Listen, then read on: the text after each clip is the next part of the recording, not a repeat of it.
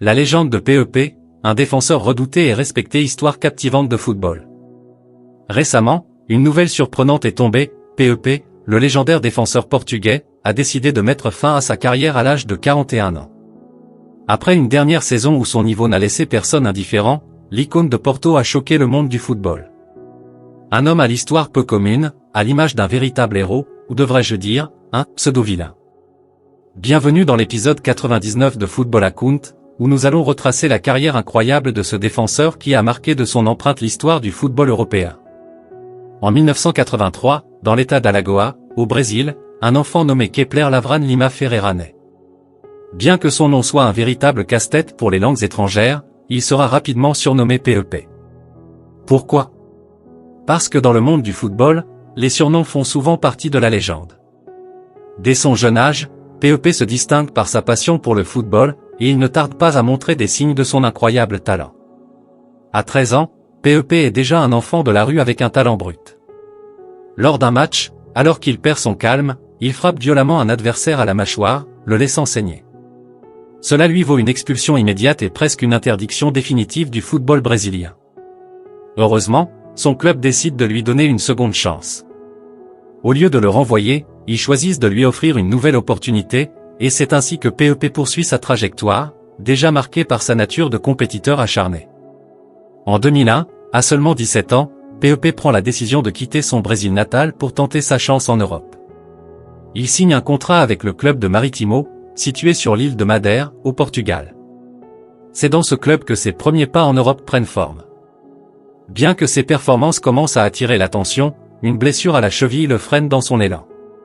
Cependant, il n'abandonne pas et fait un essai au Sporting CP, où il côtoie un certain Cristiano Ronaldo. Malheureusement, il ne réussit pas à s'imposer, mais son potentiel ne passe pas inaperçu.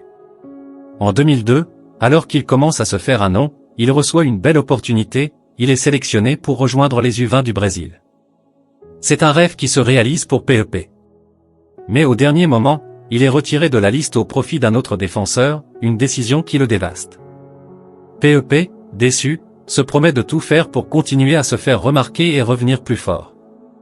Peu de temps après, il se fait repérer par l'agent Jorge Mendes, un homme clé de sa carrière. Mendes, qui connaît bien le club de Porto, négocie son transfert au FC Porto. À 21 ans, PEP rejoint le FC Porto, un club récemment couronné champion d'Europe. Sa première saison est compliquée, avec beaucoup de temps passé sur le banc et peu de minutes sur le terrain. Mais lorsque le jeune défenseur obtient enfin sa chance, il se révèle être un véritable mur pour les attaquants adverses. Il s'impose peu à peu comme un titulaire indiscutable de la défense. C'est lors des matchs très disputés, notamment les fameux derbys contre Benfica, que PEP montre sa véritable personnalité. Il n'hésite pas à jouer avec intensité, et parfois de manière rugueuse, pour repousser ses adversaires. Sa réputation de défenseur solide, mais aussi de joueur dur sur le terrain, se confirme. Il fait preuve d'un esprit combatif rare et commence à accumuler des titres avec Porto, y compris un titre de champion national et une qualification régulière en Ligue des Champions. PEP devient une véritable icône du club, et les observateurs commencent à voir en lui un des meilleurs défenseurs européens de sa génération. Après avoir prouvé ses qualités en club, PEP attendait avec impatience l'appel tant espéré de la sélection brésilienne. Mais l'appel tant attendu n'arrive jamais.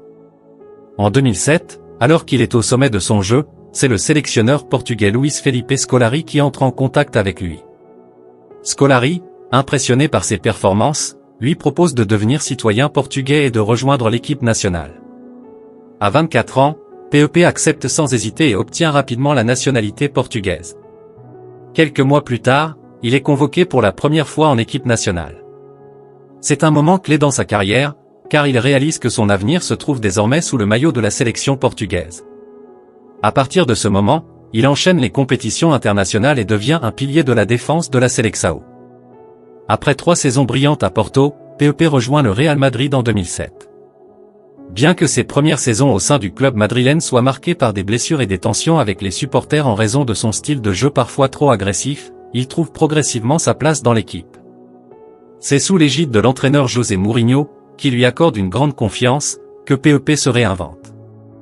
Mourinho voit en lui un leader défensif, capable d'anticiper les mouvements des attaquants et de protéger sa défense avec une discipline impressionnante. PEP devient rapidement un des meilleurs défenseurs du monde. Sa lecture du jeu, sa rapidité et son sens de l'anticipation font de lui un élément clé du dispositif défensif du Real Madrid.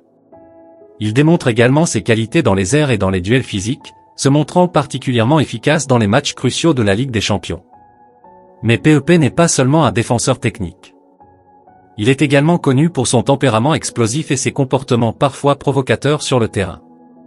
Bien qu'il soit un excellent défenseur, ses gestes violents et son attitude provocatrice font de lui une figure controversée du football.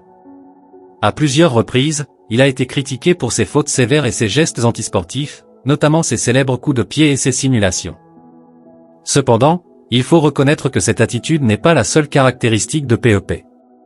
Bien qu'il ait eu des périodes de frustration, ce qui le caractérise avant tout, c'est sa capacité à se relever après chaque échec, à rester concentré sur l'objectif et à défendre avec une intensité sans égale. Ce qui distingue PEP des autres défenseurs, c'est sa capacité à durer au plus haut niveau malgré une carrière marquée par des blessures et une intense activité physique. Il a joué au plus haut niveau pendant plus de 2 décennies, et son impact sur le terrain est resté constant. Bien que ces dernières années aient été marquées par des défis physiques, il a continué à performer au plus haut niveau, remportant encore des titres et des distinctions, notamment en Ligue des Champions avec le Real Madrid. À 41 ans, PEP termine sa carrière en beauté avec un retour triomphal à Porto, où il a encore prouvé qu'il pouvait être un élément clé de l'équipe. Sa dernière saison avec le club est marquée par des performances exceptionnelles, où il brille particulièrement lors des matchs de Ligue des Champions et de la Primera Liga. En 2019, après avoir joué pour les plus grands clubs européens et avoir marqué l'histoire du football, PEP annonce la fin de sa carrière. Son nom restera gravé à jamais dans l'histoire du football. Avec plus de 140 sélections avec le Portugal et des performances de classe mondiale dans les plus grands matchs de la Ligue des Champions, PEP aura marqué les esprits par sa résilience, sa longévité et sa qualité défensive. Ce qui est impressionnant chez PEP, c'est sa capacité à se réinventer, à rester performant malgré les blessures et les critiques. De son enfance difficile au Brésil à ses années de gloire à Porto, en passant par ses succès avec le Real Madrid et son rôle clé dans la victoire de l'Euro 2016 avec le Portugal, PEP a prouvé qu'il est l'un des plus grands défenseurs de l'histoire du football. Il aura su faire de ses défauts une force et a marqué l'histoire du football par son caractère unique. PEP est un véritable monstre de résilience, et il est un exemple pour toutes les générations futures.